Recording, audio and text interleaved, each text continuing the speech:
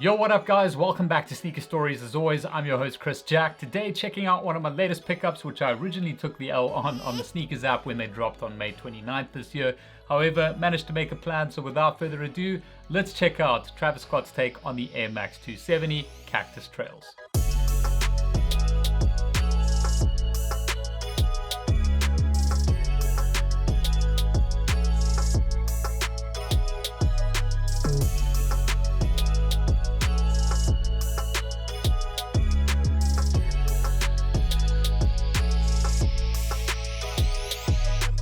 Alright, so the Air Max 270 ENG from Travis Scott and Nike.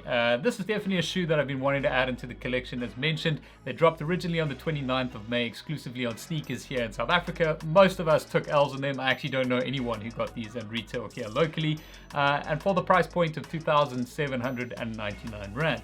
It's quite a hard L for me. I was actually lying in a hospital bed trying to cop these and it didn't work out. So they've kind of been on the list since then in terms of wanting to get them here, not just for review, but for the collection itself. But from a silhouette perspective, Travis Scott's obviously done quite a few different collaborations, mostly on Jordans and Air Force Ones and things like that. But this one's a little bit more left field in terms of choice of collaboration on the silhouette. Like you wouldn't really think it was going to happen on 270, but it did. And I actually quite like the outcome of what happened there. Now with the Air Max 270, you do get two kind of upper outputs that they do. This one is the ENG model, although they don't actually say that anywhere on the box or any of the branding when it came to release. But this is definitely the ENG upper, which is a slightly more premium version. It's got a whole bunch of different sort of textures that go on with the upper, but everything below the midsole, outsole, and the bubble and everything like that is the same as what you'd normally get on a 270. It's quite an interesting ride underfoot. It's not really a shoe that I generally gravitate towards, just because I kind of struggle with big bubbles on shoes, not just from a look perspective. I think it actually looks quite cool, just more from a stability perspective for me. And that just might be me and my own sort of stability with my legs and whatever.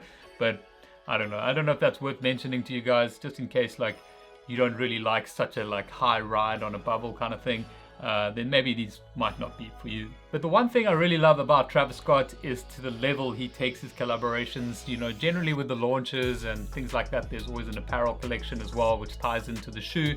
This is no different. They really went to town with creating a whole sort of deserty, cactusy vibe. There's actually a website called Cactus Trading Co. where you could buy a whole bunch of different products, and you could also download or buy for free essentially a Nike stencil, which I think they try to get this sort of hype going by being able to like do it yourself, painting a reverse swoosh like you saw on the Jordan 1s over here. I don't think that really took off. I don't think that was really something that looked good. There were originally sort of rumors around that being a friends and family edition only. In fact, I think the infant pair or something like that actually came with the reverse swoosh on it. And I don't know, maybe when Nike does it, it might be a little bit better, but I'm not spray painting on these. So checking out the details on this pair, I'm going to start as usual with the midsole outsole combination. This, I'm not mad at this. There's been a lot of hate around the kind of finishing and the quality or quality control on this particular pair, simply because they added a painted finish to the exterior of the midsole, the bubble, and obviously the outsole as well. So you've kind of got this whitewash paint effect going on underneath the shoe on most of the traction points on the outsole. And then as you can see, just in the middle and some of the crevices over here, which rolls into the midsole and over the bubble, they've gone with this kind of browny tea-stained paint finish, which to me, I think it ties into the rest of the shoe. I know like in some places you'll notice that the paint finish actually rolls onto the upper. It's quite a sloppy job that they did with that, but as I mentioned, like for me, it kind of works within the greater scheme of the shoe. Now, while I'm talking about that, I do have to read this little disclaimer which came with the shoes over here. It basically says this antique finish is purely cosmetic and may wash off when come in contact with water or other liquids. Do not wash shoes in the washing machine. If needed, dry shoes by dabbing with a clean dry cloth. That's pretty weird.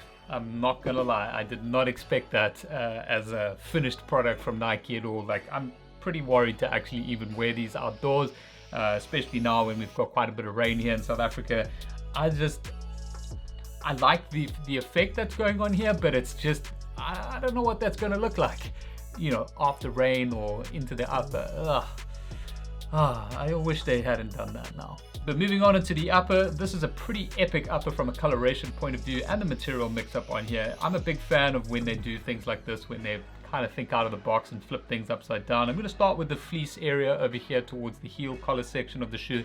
That's something you would assume that would normally be on the inside of the shoe to keep your foot warm. However, they've just flipped that onto the outside. You do have an orange swoosh which has been embroidered over there pretty neatly in that. I don't know, that kind of ties into the hiking theme for me. I'm not mad at that at all. The majority of the rest of the upper is done in a light cream coloring over here. You do have some variants of color there with the texture that's been knitted into the mesh itself. And then you've got these sort of rubberized ribbings, which obviously flow towards the back of the shoe. It's a pretty cool texture for me. I think that's working very, very well in this pair. And towards the toe box, you've got this darker brown coloring, which is done on a very, very soft sort of nubuck suede. You do have a mini swoosh, which has been embroidered in white there, just towards the toe on both of the shoes. And then moving back into the lacing system, you've got what I think they call a starfish color. It's like this sort of lighty greeny gray coloring, which has been wrapped around into the eyelet sections of it. From a lace perspective, only one set of laces provided with the shoe. They are standard sort of white rope lace almost with a bit of padding in them. And then the rest of these little internal eyelets are done in a red, which just give it a bit of pop color. And then just on the exterior of the tongue, you do have this strip of material over here towards the top of that. You've got a purple, red, and blue lace lock over here, so you can put the laces through there and lock it in. I don't think that is removable. In fact, it's definitely not. It's been stitched in there.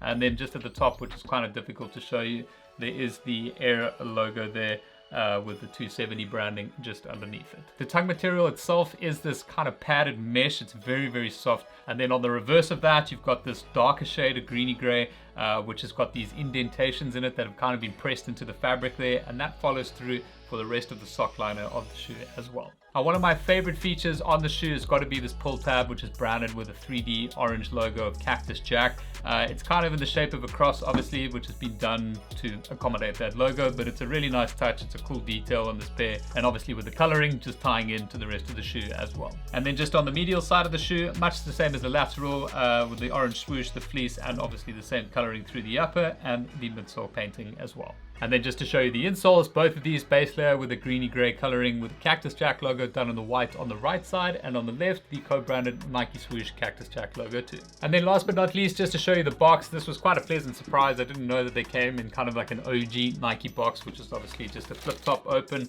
The paper in here is pretty cool. It's got all the Cactus Jack branding on there as well, just signifying this as the collaboration. So overall speaking, I think the collaboration is a really cool one from Travis Scott and Nike. It's nice to see them do it on another silhouette. It's something that's quite unexpected. A whole bunch of unexpected details on this particular pair as well. For me, I think they're absolutely awesome. I'm really, really happy that I got them in the collection. From a size perspective, if you are looking to get a pair of these, I would definitely recommend going true to size with them. I actually have a half size down from my true to size, and they are a little bit narrow on the sides, but the length is absolutely perfect. So if you do have a really narrow foot, then maybe a half size down would work for you. But I think true to size would probably fit me a lot nicer than what these half size downs are. And then again, at a price perspective, they were 2,799 Rand here locally in South Africa. I think around $160 if I'm not mistaken in the States. Resale prices right now, as it is a Travis Scott collaboration, and these things just hike up.